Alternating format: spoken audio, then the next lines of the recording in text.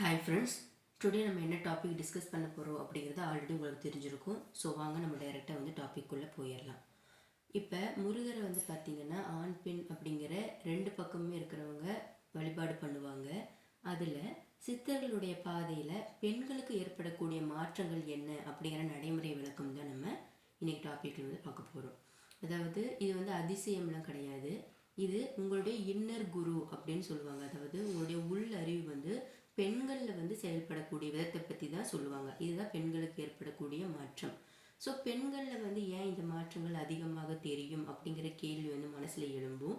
So இதற்கு சித்தர்களுடைய பதில் என்ன அப்படின்னா, பெண்களுடைய உடலில் இயற்கையாகவே சக்தி விழிப்பாக இருக்கும். ஸோ இதுதான் பார்த்தீங்கன்னா பெண்களுக்கு ஏற்படக்கூடிய மாற்றங்களுக்கு முக்கியமான காரணம். அதனால தான் ஆண்களை விட பெண்களில் பார்த்தீங்கன்னா உள் அனுபவங்கள் விரைவாகவும் ஆழமாகவும் வெளிப்படும் அப்படின்னு சொல்கிறாங்க. ஆரம்பத்தில் வரக்கூடிய மாற்றங்கள் என்ன அப்படின்னா நார்மல் தான். இது இந்த மாதிரி மாற்றங்களுக்கு பார்த்தீங்கன்னா நம்ம பயப்பட தேவையில்லை. ஏன் அப்படின்னா மன மாற்றங்கள் சில நேரத்தில் மாறும் பொழுது சில பேருக்கு அதில் பயம் ஏற்படும். ஸோ முருக வழிபாட்டில் உங்களுக்கு மாற்றங்கள் ஏற்பட்டால் நீங்கள் பயப்பட வேண்டாம். அதாவது தனிமை விருப்பம் பார்த்திங்கன்னா அதிகரிக்கும்.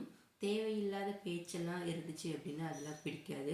பழைய உறவுகள் சலிப்பாக தோன்றலாம். ஸோ இந்த பழைய உறவுகள் அப்படிங்கிறது பார்த்திங்கன்னா உங்கள் லைஃப்பில் தேவையில்லாத விஷயத்தில் இன்வால்வ் ஆகிற அந்த மாதிரி உறவுகள் உங்களுக்கு சலிப்பாக தோன்றலாம்.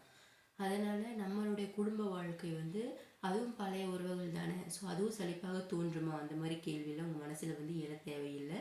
ஸோ தேவையில்லாத இந்த விவாதம் பண்ணுற மாதிரி இருக்கக்கூடிய உறவுகள் உங்கள் வாழ்க்கையில் நல்லதை தவிர கெட்டது செய்யக்கூடிய உறவுகள் எல்லாமே பார்த்திங்கன்னா உங்களுக்கு சலிப்பாக தோன்ற ஆரம்பிக்கும்.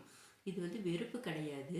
உங்களுடைய அறிவு பார்த்திங்கன்னா வடிகட்டல் ஆரம்பமாயிருக்கு அப்படின்னு அர்த்தம். அதாவது மென்டல் கிளீன்சிங் அப்படின்னு சொல்லுவாங்க. ஸோ மென்டல் கிளீன்சிங் அப்படின்னா அறிவு வடிகட்டுறது அப்படின்னு அர்த்தம். ஸோ இதனால் உடலில் என்னென்ன மாதிரி உணர்வுகள் ஏற்படும் அப்படின்னா, காதில் பார்த்திங்கன்னா உங்களுக்கு மின்சாரம் பாய்வது போல ஒரு உணர்வு ஏற்படும். உங்களுடைய தலை, நெற்றி, முதுகில் இதிலெல்லாம் பார்த்திங்கன்னா அதிர்வு ஏற்படும். சில நேரம் பார்த்திங்கன்னா கண்ணீர் காரணமே இல்லாமல் வரும். ஸோ இது எல்லாமே பார்த்திங்கன்னா முருகனுடைய வழிபாட்டுக்கு அப்புறமா இந்த மாற்றங்கள் பெண்களுக்கு மெயினாக ஏற்படும். ஸோ இதை தான் சித்தர்கள் நாடிகள் திறக்கப்படுதுன்னு சொல்கிறாங்க. ஸோ நம்ம உடம்புல இருக்கக்கூடிய நாடி எப்போ திறக்கப்படும், அதற்கான அறிகுறி என்ன அப்படின்னா இந்த காதில் மின்சாரம், தலை, நெற்றி, முதுகில் அதிர்வு. ஸோ இதை நினச்சி இது நோய் அப்படின்னு நினச்சி பயப்பட தேவையில்லை. ஸோ நம்ம பைத்தியமாயிட்டோமோ அப்படிங்கிற அளவுக்கு யோசிக்க தேவையெல்லாம் இல்லை. ஸோ உணர்ச்சி நிலை மாற்றங்களும் மிக முக்கியம். பெண்களுக்கு இதில் மிகவும் கவனம் தேவை. ஸோ சின்ன விஷயத்துக்கே பார்த்திங்கன்னா மனசு கலங்கக்கூடிய பெண்கள் நிறைய பேர் இருப்பாங்க. அதுக்கப்புறமா திடீர்னு கருணை வரும், திடீர்னு கோபம் வரும். அதுக்கப்புறமா மற்றவருடைய வழி உங்களுக்கு அதிகமாக தோன்ற ஆரம்பிக்கும். ஸோ இதெல்லாம் தான் உங்களுடைய இன்னர் குரு வெளிப்படைய தொடங்குது அப்படின்னு அர்த்தம். அடுத்தது எம்பத்தி அவேக்கிங். பிறருடைய உணர்வை உணரக்கூடிய சக்தி உங்களுக்கு அதிகமாகும். ஸோ இது சரியாக வழி நடத்துனீங்க அப்படின்னா உங்களுக்கு ஞான முதிர்ச்சி ஏற்பட வாய்ப்பு அதிகம். ஸோ உறவு மற்றும் குடும்ப வாழ்க்கையில் மாற்றங்கள் எப்படி ஏற்படும் அப்படின்னா, தன்னை தாழ்த்தி கொள்ளக்கூடிய அந்த இது குறைஞ்சி போயிடும். ஸோ சம்டைம்ஸ் பார்த்திங்கன்னா வீட்டில் பிரச்சனை நடக்கலாம், இல்லை யாராவது உங்களை ஏதாவது ஹர்ட் பண்ணுற மாதிரி பேசுகிறாங்க அப்படின்னா பெண்களுக்கு உடனே மனசு நம்ம இப்படி இல்லையோ அப்படின்னு நமக்கு தாழ்வு மனப்பான்மை ஏற்படும். ஸோ அந்த மாதிரி தன்னைத்தானே தாழ்த்தி கொள்வது மிகவும் குறைந்துவிடும். எல்லாம் நான் தான் அப்படிங்கிற சுமையும் உடைந்து போகும். ஸோ குடும்பத்தை எடுத்து நடத்துகிற ஒரு சில பெண்கள் இருப்பாங்க.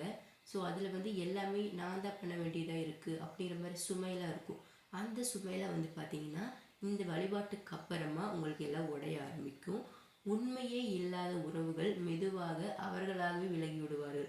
ஸோ விலகுவதற்கு காரணம் தேடக்கூடிய உறவுகள் இருந்தாங்க அப்படின்னா அவங்கள நீங்கள் அவாய்ட் பண்ண தேவையில்லை. ஸோ தேவையில்லாத உறவுகள், உண்மையில்லாத உறவுகள் தானாகவே விலகி போயிடுவாங்க. ஸோ இதனால் குடும்பத்தில் உங்களை புரிஞ்சிக்கலை, உன்னை புரிஞ்சிக்க முடியலை அப்படின்னு நிறைய பேர் சொல்லுவாங்க.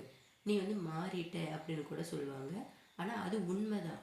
ஏன்னா நீங்கள் விழுத்தி கொண்டீர்கள். அதனால் அவங்களுக்கு அது நீங்கள் மாறின மாதிரி தெரியலாம். ஸோ நீங்கள் மாறின மாற்றம் என்ன மாதிரி மாற்றம் அப்படிங்கிறது உங்களுக்கு உள்ளுணர்வில் ஆழமாக பதியும். இந்த பாதையில் பெண்கள் செய்யக்கூடாதவை அப்படின்னு ஒரு சில விஷயங்கள் இருக்குது. அது என்ன அப்படின்னா, திடீர்னு நான் வந்து கடுமையான விரதம் இருக்கிறேன் முருகனுக்காக அப்படின்னு சொல்லி கடுமையான விரதம் இருக்கிறது, அப்புறம் அதிகமாக ஜெபம் பண்ணுறது, நீண்ட நேரம் தியானம் பண்ணுறது. ஸோ இதெல்லாம் வந்து பண்ணக்கூடாது. பெண்களுடைய உடல் வந்து பொதுவாகவே மென்மையானது. ஸோ அதிக அழுத்தம் நீங்கள் கொடுக்கும் பொழுது உங்களுக்கு மனச்சோர்வு ஏற்பட 100% வாய்ப்பு இருக்கின்றது. ஸோ அதனால் எனக்கு சக்தி வந்துடுச்சு அப்படிங்கிற எண்ணம் வந்து வரவே கூடாது. ஏன் அப்படின்னா, அகந்தை வந்துருச்சு அப்படின்னா சக்தி வந்து வீழ்ச்சி அடைய ஆரம்பிச்சிடும். ஸோ பாதுகாப்பான சரியான நடைமுறை என்ன அப்படின்னா, டெய்லி ஒரு 5 to 7 மினிட்ஸ் வந்து இனஃப். ஸோ மார்னிங் அல்லது நைட்டு இதில் வந்து 5 to 7 மினிட்ஸ் வந்து நீங்கள் எடுத்துக்கலாம். ஃபஸ்ட்டு ஒரு இடத்துல அமைதியாக உட்காரணும். உங்களுடைய இதய பகுதியில் கவனம் செலுத்தணும். மனசில் மெதுவாக வந்து முருகா நீங்களே என்னை வழி நடத்துங்க அப்படிங்கிற உச்சரிப்பு வேணும். ஸோ உச்சரிப்பு அப்படிங்கிறது நீங்கள் உங்கள் மூச்சை வந்து கட்டுப்படுத்துகிறேன் அந்த மாதிரிலாம் கிடையாது. ஸோ உச்சரிப்பு அப்படிங்கிறது உங்களுடைய மனசிலேயே நீங்கள் வந்து உச்சரிச்சுக்கலாம். ஸோ பெண்களுக்கு உரிய வரிகள் என்ன அப்படின்னா, பெண் உடலில் வந்து எழக்கூடிய ஞானம் வந்து அமைதியாக தான் மலர வேண்டும், அது வந்து கூச்சலிடாது அப்படின்னு சொல்கிறாங்க. ஸோ ஆனால் அது வந்து உங்களுடைய வாழ்க்கையை வந்து மாற்றும். ஸோ நீங்கள் வந்து சித்தராக வேண்டியதில்லை, துறவியாக வேண்டியதில்லை. உங்கள் வாழ்க்கையை தெளிவாகவும் வலுவாகவும் வாழ்வதற்கு தான் இந்த அழைப்பு நமக்கு வந்திருக்கு அப்படின்னு நினச்சிட்டு நீங்கள் முருக வழிபாடு வந்து தொடர்ந்து பண்ணலாம். ஸோ நான் சஜஸ்ட் பண்ணுறது, இந்த கடுமையான விரதம், அதிகமாக ஜபம் பண்ணுறேன், நான் அதிகமாக யோகா பண்ணுறேன், நான் அது பண்ணுறேன் இது பண்ணுறேன் அப்படின்னு சொல்லிட்டு உங்களுடைய உடல் சோர்வை நீங்களே வந்து எடுத்துக்கொள்ள வேண்டாம். கடைசியில் அது வந்து மன அழுத்தத்தில் கொண்டு போய் முடியும். ஸோ இன்றைக்கி நம்ம டிஸ்கஸ் பண்ண இந்த டாபிக் வந்து பார்க்கக்கூடிய பெண்களுக்கு வந்து ரொம்ப யூஸ்ஃபுல்லாக இருக்கும் அப்படின்னு நான் நம்புகிறேன். ஸோ நம்ம ஆடியோ பிடிச்சிருந்துச்சு அப்படின்னா சப்ஸ்கிரைப் பண்ணுங்கள், லைக் பண்ணுங்கள், ஷேர் பண்ணுங்கள். ஸோ யூஸ்ஃபுல்லான இன்ஃபர்மேஷன் அப்படின்னா எல்லாத்துக்கும் ஃபார்வர்ட் பண்ணுங்கள். என்னோடய சப்ஸ்கிரைபர் வியூவர்ஸ் வந்து நல்ல விஷயத்தை 4 பேருக்கு ஷேர் பண்ணுவீங்க அப்படிங்கிற நம்பிக்கையில் தான் நம்ம டெய்லி வந்து வீடியோ அப்லோட் பண்ணுறோம். ஸோ நம்ம நாளைக்கு வேறு ஒரு யூஸ்ஃபுல்லான டாபிக் கூட டிஸ்கஸ் பண்ணலாம். Bye bye. Thank you all my subscribers and viewers.